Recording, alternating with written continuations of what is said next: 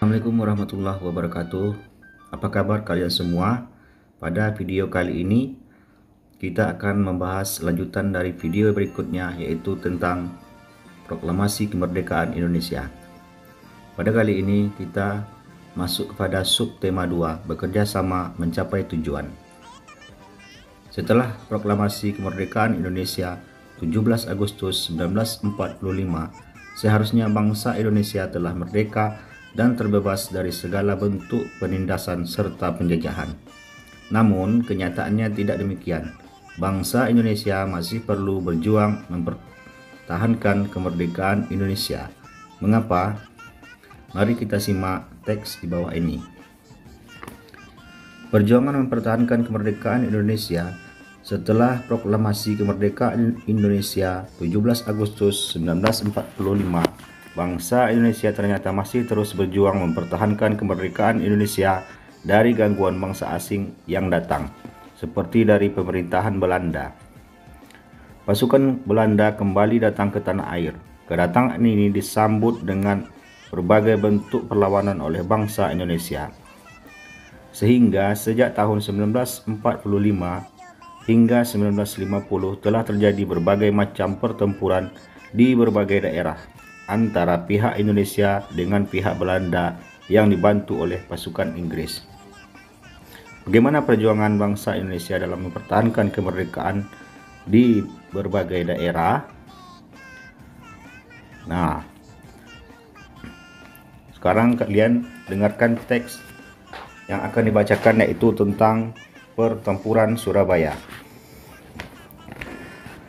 Pada tanggal 25 Oktober 1945, tentara sekutu yang dipimpin oleh Brigadir Jenderal Malabi, tanggal 27 hingga 30 Oktober 1945 terjadi kontak senjata antara para pemuda Indonesia dengan pasukan Inggris.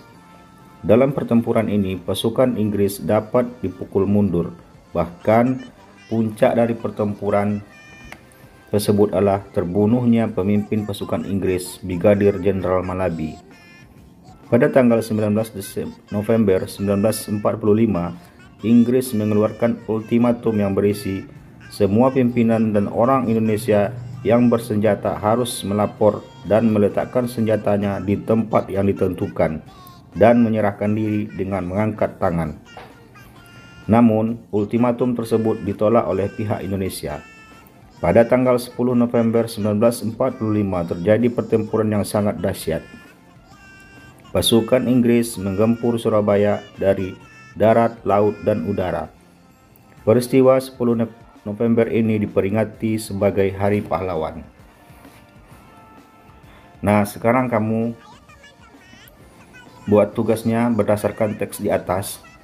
Isilah peta pikiran tersebut menggunakan kalimat efektif. Yang pertama adalah apa?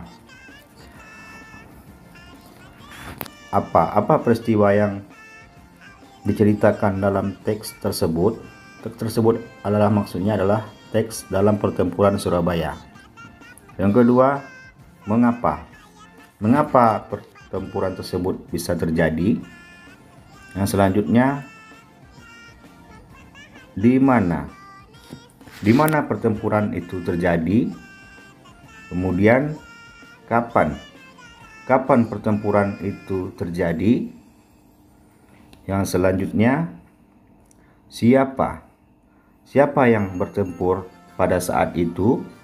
Dan kemudian bagaimana kondisi saat pertempuran? Nah, dari peta konsep yang telah dibuat tadi, kalian menuliskan jawaban berdasarkan teks pertempuran Surabaya. Contoh tadi, yang nomor 1, apa peristiwa yang diceritakan dalam teks? Maksudnya peristiwa apa yang diceritakan di dalam teks tadi.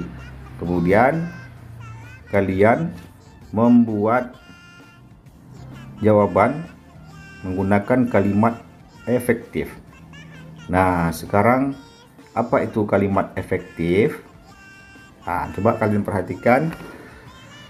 Kalimat efektif Oke, kalimat efektif adalah kalimat yang mengandung gagasan pembicara atau penulis yang terdiri atas kata-kata yang mempunyai unsur subjek, predikat, objek, dan keterangan, yaitu SPOK.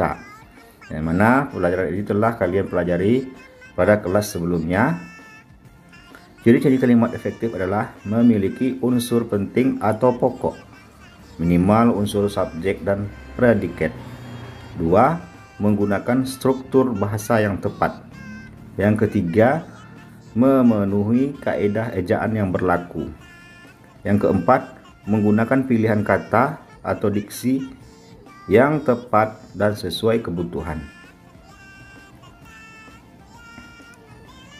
Nah, selanjutnya di sini coba perhatikan contoh kalimat efektif dan tidak efektif. Contohnya kalimat tidak efektif. Mereka tidak bertengkar tapi mereka berdiskusi. Jadi di sini kita lihat subjeknya ganda. Subjeknya di sini adalah mereka. Kemudian di kalimat berikutnya dibuat lagi mereka. Maka mereka yang ini kita hilangkan agar menjadi kalimat efektif. Maka kalimat efektifnya adalah mereka tidak bertengkar tapi berdiskusi. Artinya subjeknya tidak boleh ganda. Di sini tadi kita lihat subjeknya ganda.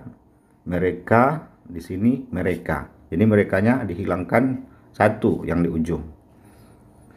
Kemudian contoh nomor 2.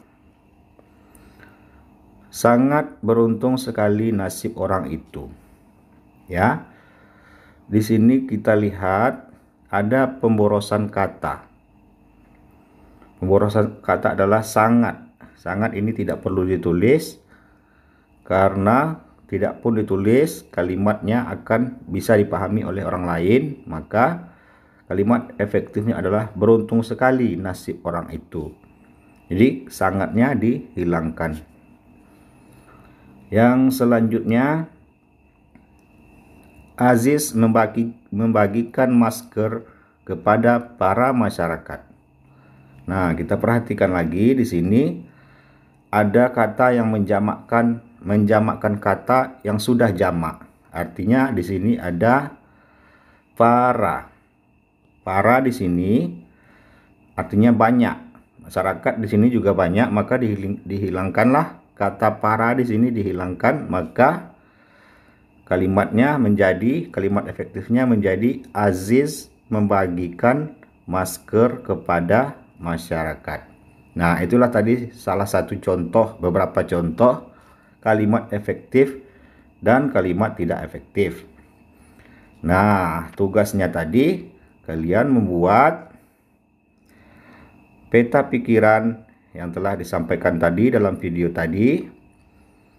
Jawaban dari peta pikiran yang apa, mengapa, siapa, bagaimana, kapan, dan di mana. Pada sebelumnya tadi sudah dijelaskan peta pikirannya apa peristiwa yang diceritakan dalam teks. Yang kedua, mengapa pertempuran tersebut bisa terjadi. Terus siapa yang bertempur pada saat itu. Kemudian bagaimana kondisi saat pertempuran. Kemudian kapan pertempuran terjadi. Kemudian di mana adalah di mana pertempuran terjadi. Nah, demikianlah penjelasan dari pembelajaran kita pada video kali ini. Semoga bisa dipahami. Kalian harus tetap semangat, tetap menjaga kesehatan. Demikianlah. Wassalamualaikum warahmatullahi wabarakatuh.